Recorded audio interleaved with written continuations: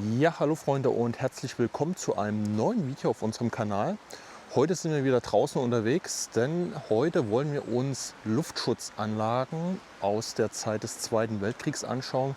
Vornehmlich natürlich jetzt hier deutsche Luftschutzanlagen, denn es soll jetzt exemplarisch, also wir gehen jetzt hier, sage ich mal, in einer deutschen Stadt auf die Suche nach Luftschutzanlagen und das soll ein bisschen exemplarisch dazu dienen, euch ein bisschen Luftschutzanlagen näher zu bringen, warum man die halt im Zweiten Weltkrieg errichtet hatte, was die Kosten auch gewesen sind von solchen Luftschutzanlagen und was es halt auch für Arten von Luftschutzanlagen gab.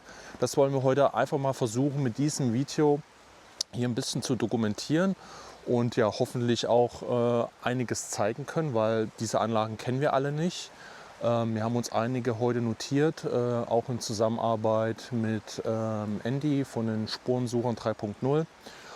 Und ja, ich lasse mich einfach mal überraschen und dann bekommt ihr einiges an Informationen hier noch mit. Also bleibt dran. Tja, das erste Objekt der Begierde liegt hier drüben. Ihr könnt das hier so ungefähr erkennen. Da befindet sich ein Luftschutzstollen. Tja, und irgendwie müssen wir hier aber rüberkommen. Das wird jetzt aber noch mal kriminell. Ja, also so wie das aussieht, ist das ein Luftschutzstollen. Und hier ist auch eine Öffnung. Und wir werden uns jetzt erstmal versuchen, da reinzukrebsen und dann schauen wir uns das Ganze einfach mal an. Da werde ich auch noch was dazu erzählen, zu der Historie. Und ja, also bleibt dran.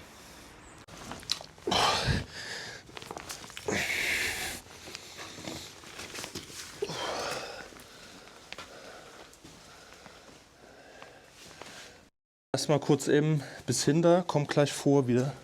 So. Mella wird jetzt eben kurz draußen warten und wir gucken uns den mal hier eben an. Also was hier schon richtig toll ist, sind die Versinderung und es ist halt hier komplett ausbetoniert, ihr seht das ja hier. Und das ist halt so ein typischer Luftschutzstollen. Also man hat im Krieg ja mehrere Arten von Luftschutzanlagen gebaut. Außer wie jetzt hier solche Luftschutzstollen, die man dann zum Teil auch ausbetoniert hatte, weil man sieht auch hier hinten jetzt ganz gut das Gestein noch durchschauen, aber auch Tiefbunker in Großstädten oder Hochbunker in Großstädten. Dann gab es noch Luftschutzkeller, also Keller, die man noch mal nachträglich ja, luftschutzgerecht ausgebaut hat. Hier ist jetzt so eine Nische. Es kann sein, dass hier damals vielleicht auch so eine Toilette eingebaut worden ist. Was ich jetzt nicht gesehen habe, war so eine Art Schleuse. Diese Anlagen, die sind auf jeden Fall halt von der Stadt gewesen. Das ist jetzt nichts irgendwie, was hier privat gewesen ist, weil auch die Kosten, die hatte man sich dann halt auch geteilt, beziehungsweise halt auch von der Bevölkerung natürlich geholt. Es gab so eine Art Luftschutzfonds auch. Und das Reichsluftfahrtministerium hat im Prinzip schon ab den 1930er Jahren sich entschieden oder angestoßen, das Ganze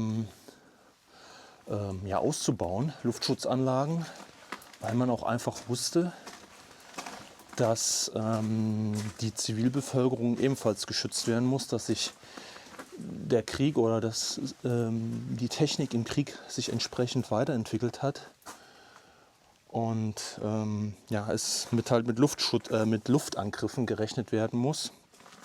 Weil im Ersten Weltkrieg, sage ich mal, war ja die Zivilbevölkerung weit hinter der Front und jetzt nicht unmittelbar vom Kriegsgeschehen an der Front jetzt irgendwie beeinflusst oder dass sich das halt verlagert hat. Das war im Zweiten Weltkrieg natürlich ein ganz anderes Thema geworden. Und spätestens mit den alliierten Bomberverbänden, die diese Anlagen, also die Städte systematisch oder Rüstungsbetriebe halt angegriffen haben, ist das halt sehr elementar gewesen. Hier sieht man jetzt auch mal die Überdeckung. Das ist jetzt aber auch nicht viel, also was jetzt den Beton anbelangt, aber dann hier oben ist ja das Gestein. Aber ihr könnt jetzt hier schon sehen, ich bin jetzt so ein bisschen kreuz und quer gegangen. alles sehr, sehr schön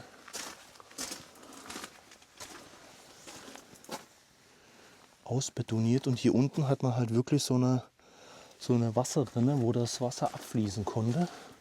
Die waren alle mit so Stein überdeckt. Ich ziehe mal ein bisschen so meinen Kopf ein. Jetzt hier sind so richtig schön die Sinterröhrchen.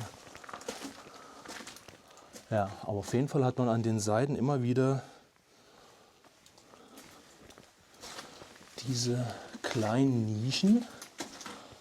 Aber da kann man auch ganz normal drin was gelagert haben, was die Zivilisten dann hier in dem Moment vielleicht auch gebraucht haben. Das hat man ja immer alles vorbereitet. Und ich sag mal, es gab ja in jeder Stadt, also praktisch jeder Straßenzug oder jeder Häuserblock hatte ja auch einen eigenen Luftschutzwart, der dafür halt zuständig gewesen ist, die örtliche Bevölkerung, also in seinem unmittelbaren Einfluss, halt also dafür zu sorgen, dass die Leute dann vernünftig in die Luftschutzanlagen gehen. Und man sieht das ja auch bei einigen Anlagen, da steht auch drin, den Luftschutzwart ist halt Folge zu leisten. Ne? Da wurde immer jemand bestimmt, der diese Aufgabe inne hatte, und der musste sich dann darum kümmern, dass die Leute so schnell wie möglich in die Anlagen kommen. Und ja, es musste halt Verdunklung eingehalten werden, also alle möglichen Lichter mussten gelöscht werden, Fenster verdunkelt werden. Das waren dann halt so die Aufgaben. Dann musste dafür gesorgt werden, auch dass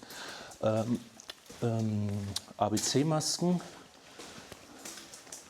in den Anlagen, also Gasmasken nannte man das ja dann, dass die halt vorrätig gewesen sind.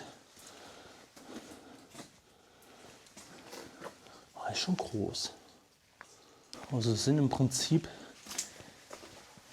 2 Hauptgänge, sage ich jetzt mal. Oder ne, hier ist es wieder zu. Okay, das sah jetzt nur gerade so aus. Also ich denke mal, diese Anlage ist auch komplett fertiggestellt worden.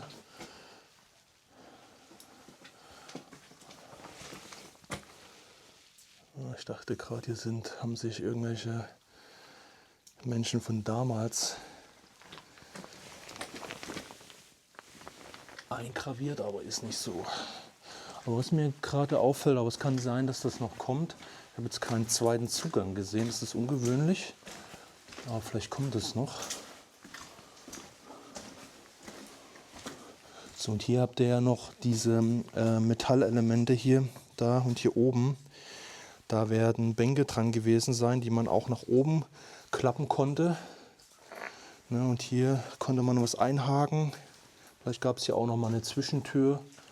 Weil dieses Verwinkelte hat ja auch was damit zu tun, dass, wenn es jetzt hier irgendwelche Direkttreffer gegeben hätte oder unmittelbare Treffer in der Nähe, dass, sage ich mal, der Druck von dem Einschlag von der Bombe, die dann hier detoniert ist, halt abgewehrt wird durch dieses Verwinkelte, dass man diesen Druck praktisch rausnimmt, weil alleine durch den Druck hätte man sterben können. Die Organe kommen damit überhaupt gar nicht klar. Diesen Druck und alle inneren Organe wären im Prinzip zerstört worden. Und man hätte dabei schon ums Leben kommen können, ohne jetzt einen Direkttreffer zu erhalten von irgendeiner Bombe. Deshalb ist das dann zum Teil oder halt immer verwinkelt gewesen. Also hier ist noch, ja, hier ist noch ein Ausgang, genau.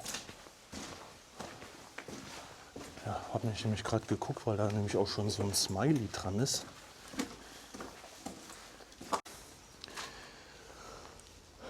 Ja, das war hier der zweite Zugang. Also gab es dann doch noch einen zusätzlichen Eingang. Ja, und das ist hier im Prinzip eins dieser Systeme, ne, also das kostentechnisch wird das hier die Stadt übernommen haben. Und wie gesagt, die Menschen, die jetzt nicht unmittelbar, sage ich mal, an ihren Häusern Luftschutzanlagen hätten bauen können oder einen Keller ausbauen können, die mussten sich dann aber entweder in Form von Arbeitsdiensten oder Sachleistungen, also Sachleistungen in dem Sinne, dass man dann hier Material mit zur Verfügung gestellt hat, damit sowas gebaut werden kann. Oder halt Inventar sich beteiligen oder halt mit Geld. Ne? Und das wurde halt dann gesammelt, damit dann für die Bevölkerung vom NS-Regime aus Luftschutzanlagen zur Verfügung gestellt werden können. Ne? So hatte man das ganze System im Prinzip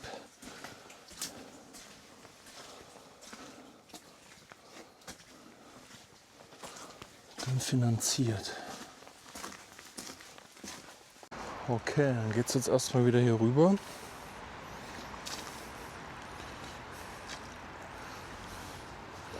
Aufpassen, dass wir hier nicht davon segeln.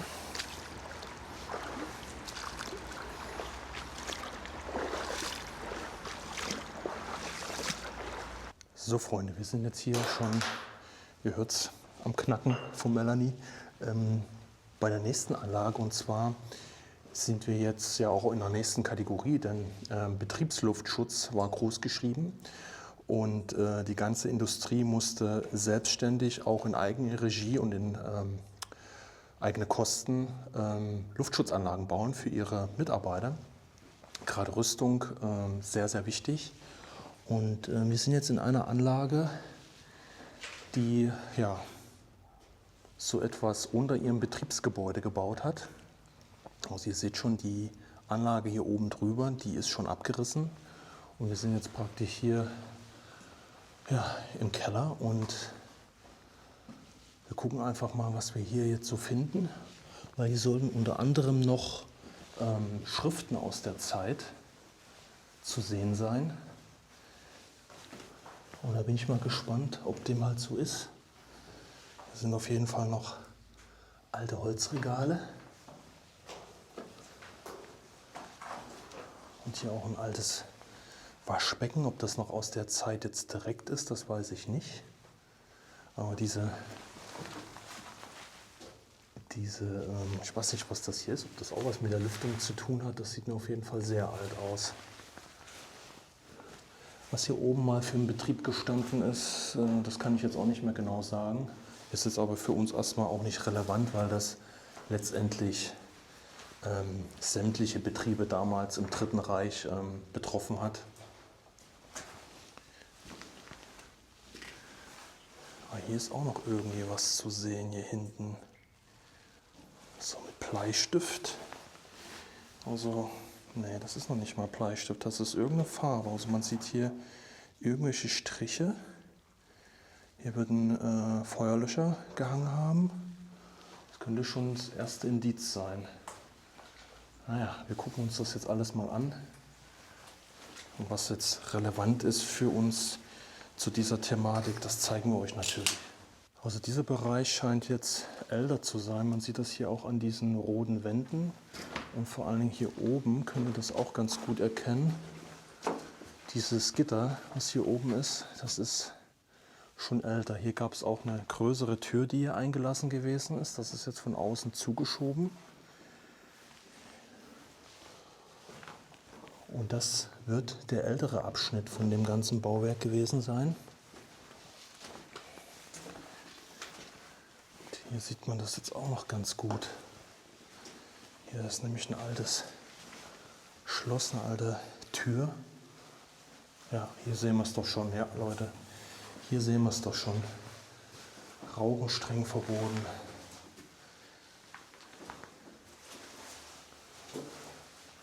Das ist hier eine Toilette. Hier ist auch noch eine ganz alte Lampe. Und auch die Überdeckung hier oben.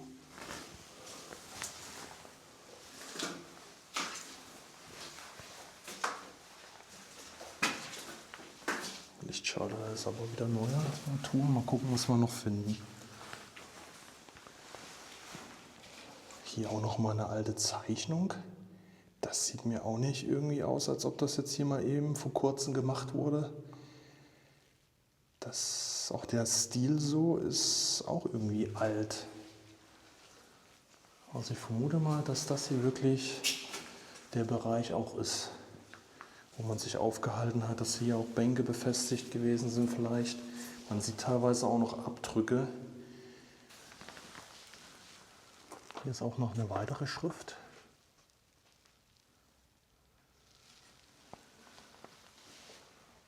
Und hier wäre noch ein Zugang gewesen.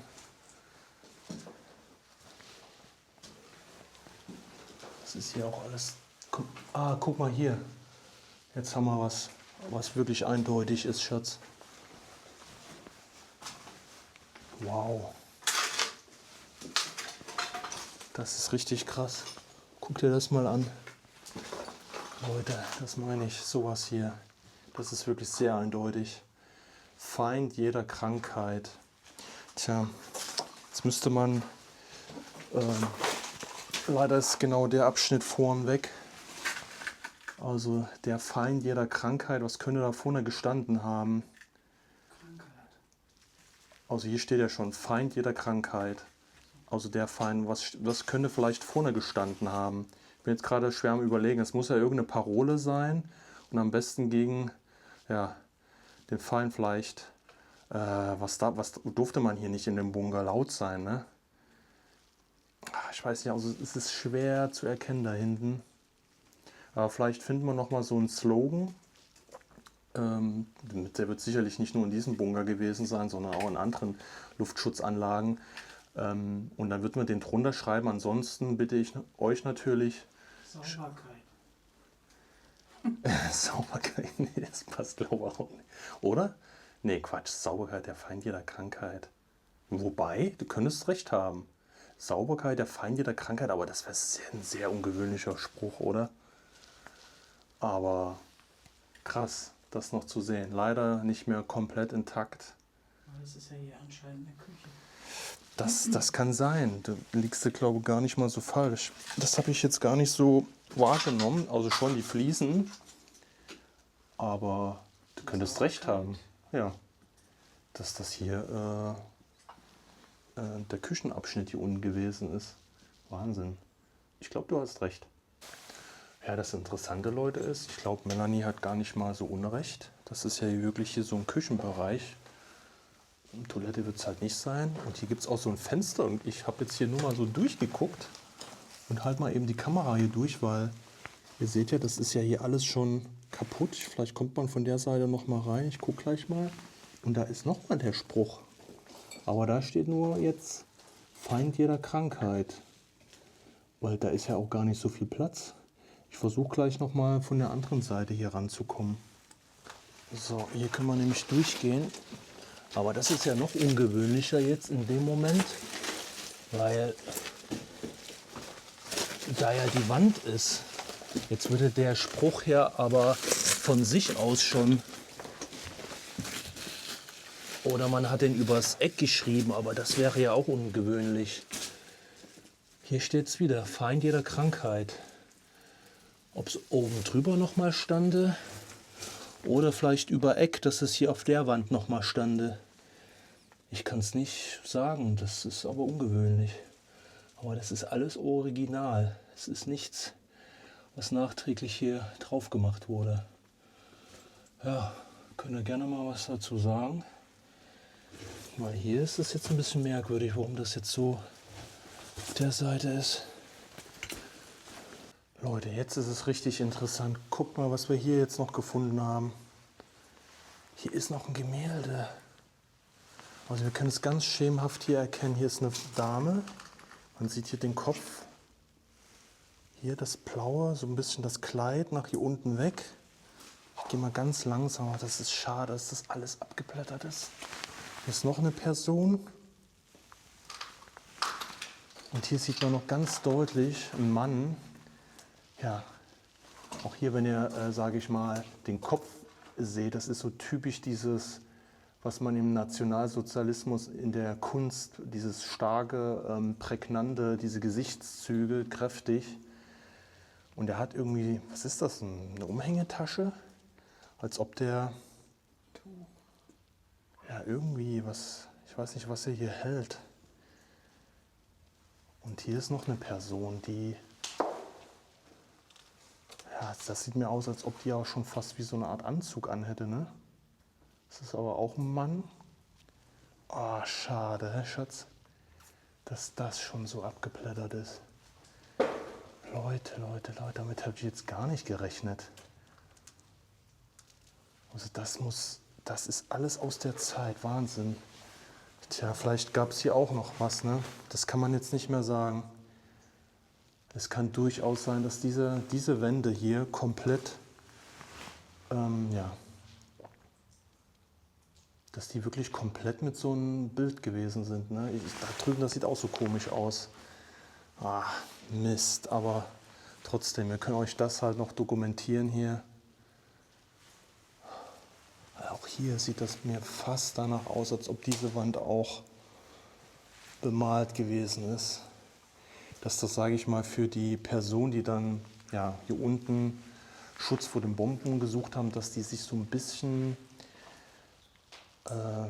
ja, durch diese Bilder, dass das halt ein bisschen weniger brutal oder dass man sich halt ablenken konnte damit. Das würde ich einfach mal so interpretieren. Schade. Aber trotzdem, was für ein Zeitzeugnis. Unglaublich.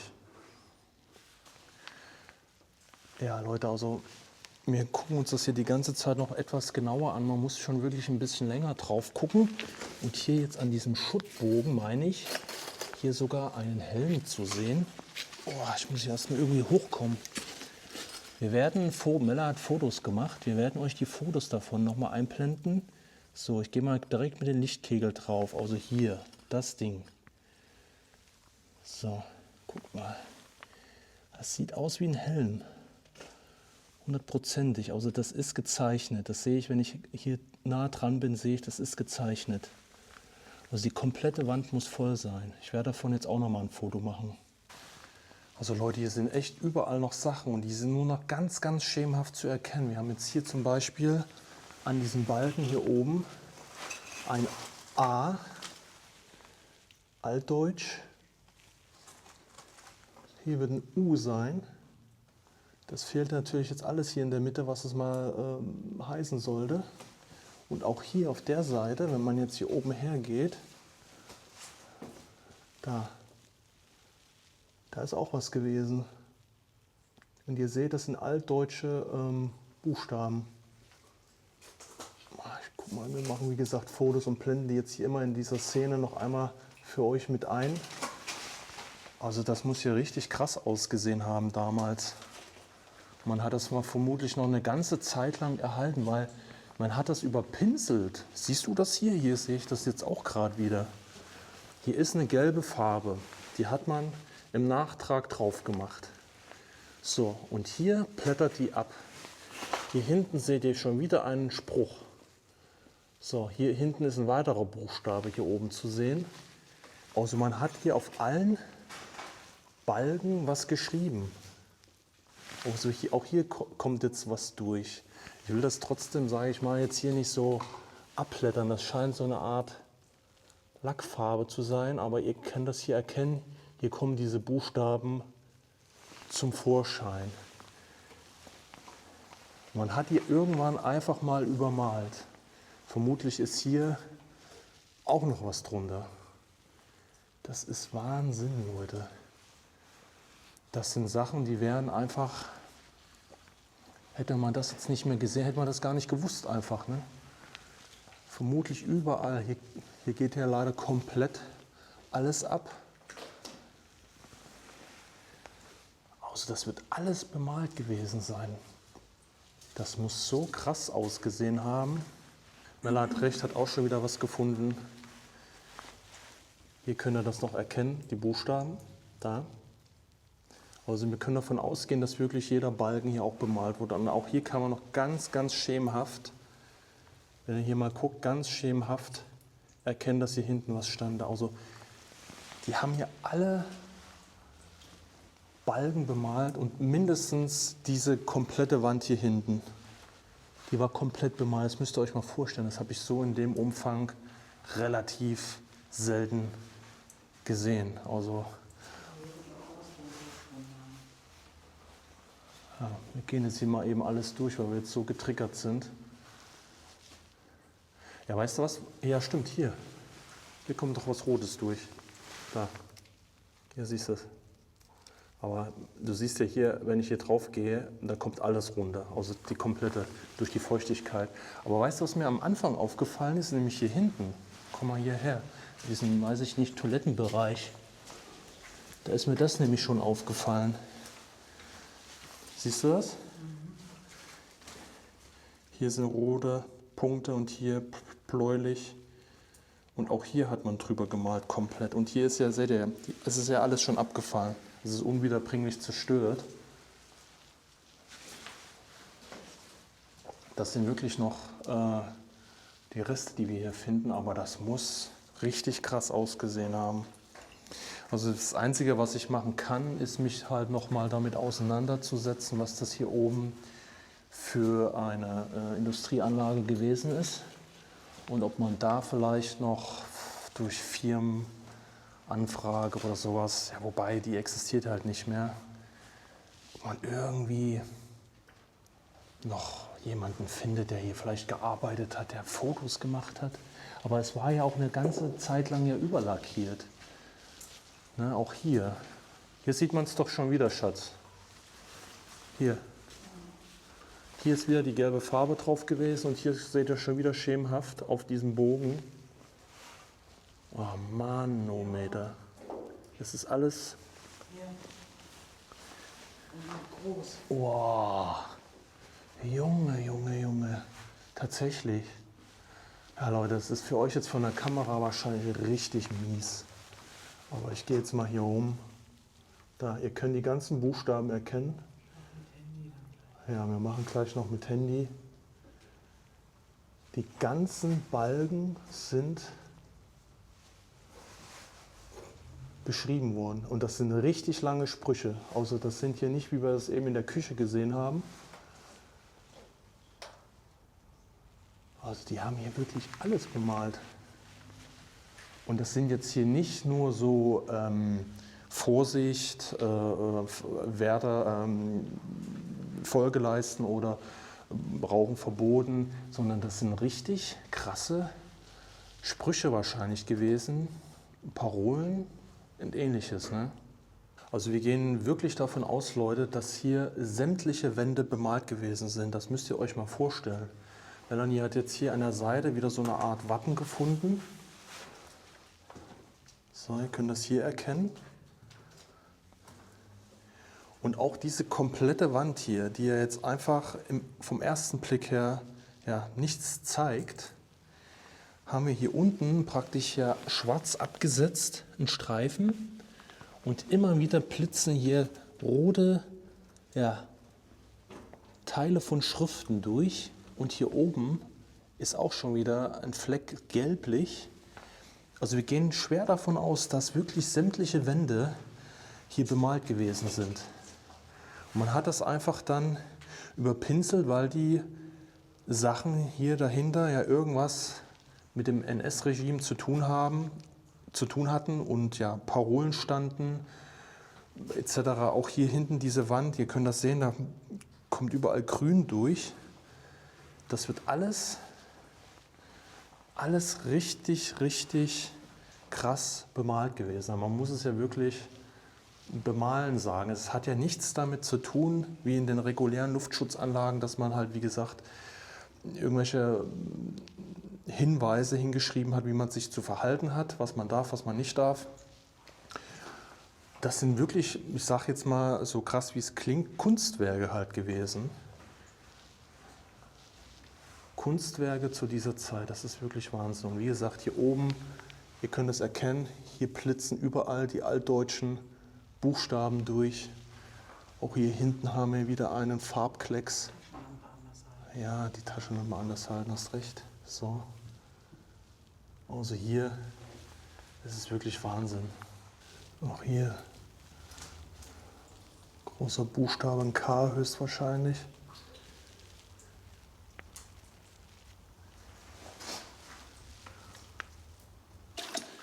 So, wie ihr jetzt hört, sind wir jetzt schon wieder in den nächsten Bunker.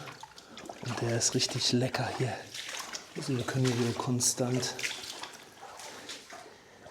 die Gummistiefel anlassen. Wir befinden uns jetzt wieder in einer Anlage, die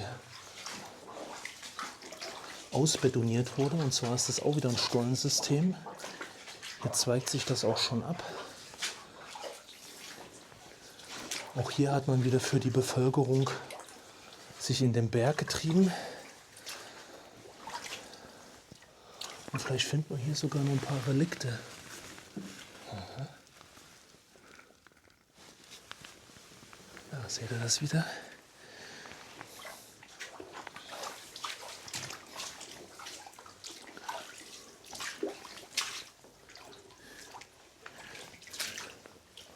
Krass, oder?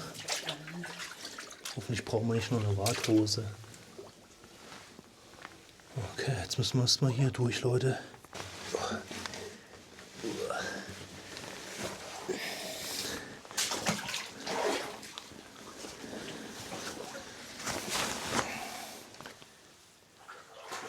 Also das ist genau so eine Anlage, die wir hier heute zu Anfang besucht haben.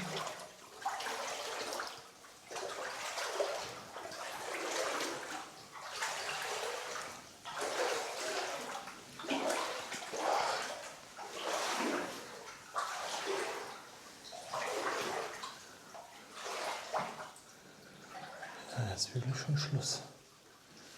Also die haben sich im Prinzip nur einmal komplett hier gerade in den Berg. Das war wahrscheinlich mit so das Einfachste, was sie machen konnten. Man hat hier die natürliche Überdeckung durch das Gestein. Die Isolatoren hier oben irgendwo befestigt gewesen sein. Ja, hier sieht man das schon. Oder da, ja. Damit halt hier auch eine Beleuchtung, ja, dass man das Ganze ja auch beleuchten konnte. Also haben sie hier auch Strom gehabt. Wie gesagt, das ist halt alles sehr stadtnah. Also die Menschen sind dann halt sehr schnell in diese Anlagen gekommen. Ne? Das soll ja unmittelbar passieren. Man hat ja nicht viel Zeit jetzt von dem Fliegeralarm bis zu der Anlage. Ne? Also da musste man sich schon sputen.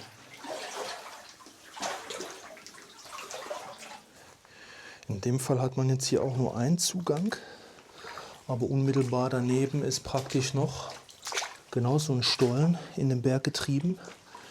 Entweder hat man die dann aus zeitlichen Gründen nicht mehr geschafft zu verbinden oder es war jetzt einfach nicht angedacht, weil die halt nicht so groß sind. Ich meine, da vorne sieht man ja schon den Ausgang. Okay Leute, ich bin jetzt schon wieder in der nächsten Anlage, wie ihr hinter mir erkennen könnt.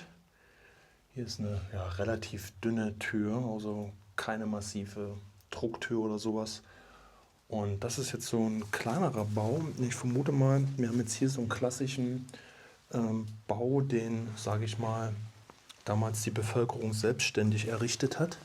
Weil was hier schon merkwürdig ist, sind wirklich die einzelnen Elemente, mit denen das Ganze hier gebaut wurde. Das erinnert mich sehr stark an solche DDR-Bunker. Die wurden ja auch aus so verschiedenen, also Fertigbauteilen gesetzt. Und das sind immer solche einzelnen Betonelemente, die man einfach hintereinander eingefügt hat.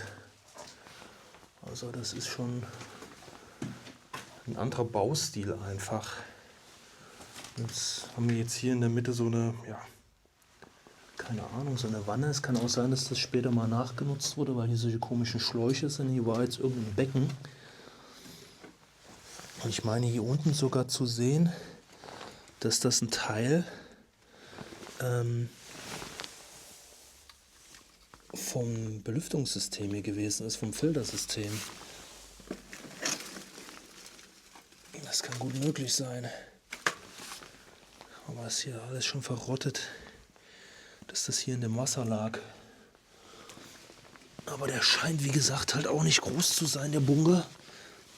Aber das ist wieder das, was ich meine, diese verschiedenen Arten von Bunkern. Wir haben jetzt hier in dem Fall halt einen kleineren Luftschutzbunker, weil auch nicht so viele Menschen jetzt hier in direkter Umgebung wohnen. Deshalb ist das auch mal ganz interessant. Aha, hier ist noch eine Zwischentür, also hat man doch hier so eine Art Schleusenbereich gebaut. Aber ist schon interessant. Und hier ist, aber die ist ja sehr dünn, die Tür hier. Das ist nichts.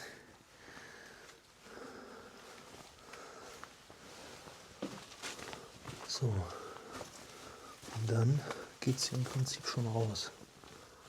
Also mehr ist das jetzt hier auch nicht. Von daher, ja. Aber es ist wie gesagt auch mal wieder eine Art, die ich euch noch zeigen wollte. Davon gab es halt unzählige. Ne?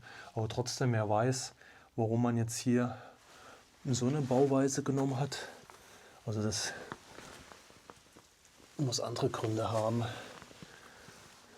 Also ich weiß auch nicht, ob der so wirklich einen jetzt hier geschützt hätte. Also zumindest nicht vor Direkttreffern. So viel steht eigentlich fest.